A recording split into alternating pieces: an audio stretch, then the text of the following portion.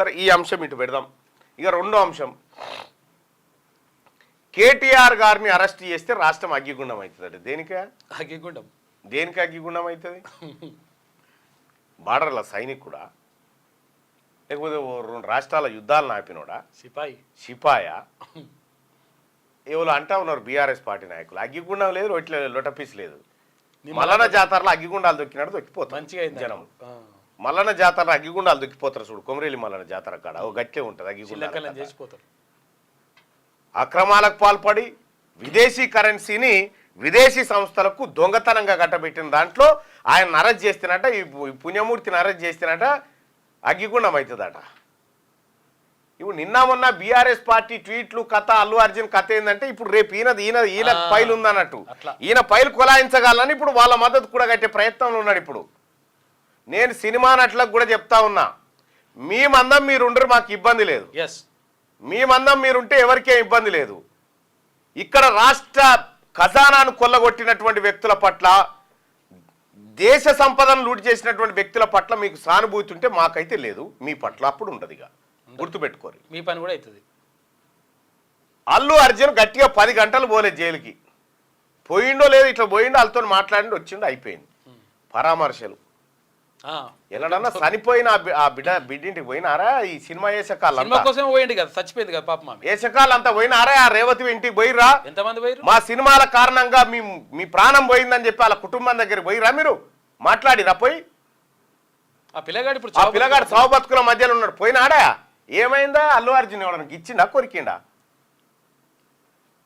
ఎవరన్నా man handle చేసిరా? ఒకవేళ రేవతి ప్లేస్ లో అల్లు అర్జున్ గారే తొక్కిసలాటలో చనిపోయింది అనుకుందాం, పరిస్థితి ఏంది? ఊకుంది రానా? మీరంతా అర్ధగంటకే రోడ్ల మీదకి వచ్చి ఖండిస్తున్నాం, ఇది దుర్మార్గం అని చెప్పేటోళ్ళు. విషయం ఏంటంటే మీ ఫ్యాన్స్ మిమ్మల్ని దొక్కి సంపుదురు, మీ ఫ్యాన్సే మిమ్మల్ని దొక్కి సంపుదురు ఆ తొక్కిసలాటలల్లా. ఈ అల్లు అర్జున్ గారు ఇంటికాడ బయట కుర్చీలు వేసిరు, ఛాయోని పిలిచిరు, వచ్చినోని ఎదుర్కొండు, కౌగలించుకుండు. దేనికోసం అయ్యా సార్? నాకు అర్థం కాలే. ఇది దేనికోసం? ఏమైంది? ఏం దేనికోసం అన్నట్టు? నువ్వు ఏదో తొక్కిసలాటలో మరణం సంభవించినటువంటి మహిళా భర్త కంప్లైంట్ ఇస్తే నిన్ను అరెస్ట్ చేసి తీసుకుపోయారు, జైలుకు తీసుకొచ్చారు, గౌరవ న్యాయస్థానం నీకు బెయిల్ ఇచ్చింది, పోయి ఇంటికి వచ్చినావు. పాపం ఆయన రామ్ గోపాల్ వర్మ గారు పాపం ఆయన బాధ కూడా, ఆయన అట్లా పాన్ ఇండియా హీరో, ఆయనని అట్లా చేస్తారా? ఆయన ఏమంటే తెలంగాణ హీరో అని పెట్టిండు ఆయన. ఇప్పుడు ఎందుకంటే రామ్ గోపాల్ వర్మ కేసులు ఉన్నాయి, మళ్ళీ ఈ సినిమా తారాలోకం అంతా మళ్ళీ ఆయనకు యాడ్ కావాలి కదా, కావాలంటే ఇప్పుడు ఆయన అదే చేయాలి. ఈ డ్రామాలు బంద్ చేయరు, జనాలు గుర్తుపట్టరా? సినిమాల అందరం డ్రామాలు చేస్తే ఓకే, చూస్తాం, ఎంటర్టైన్ చేస్తాం, అవసరమైతే 200 300 ఆడ వారేస్తాం, కౌంటర్లో వస్తాం. అంతేగాని బయట కూడా డ్రామాలు చేస్తా అంటే నడవదు.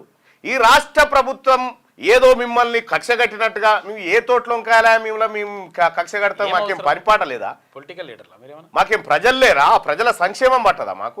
మా పనులలో మేము బిజీగా ఉన్నాము.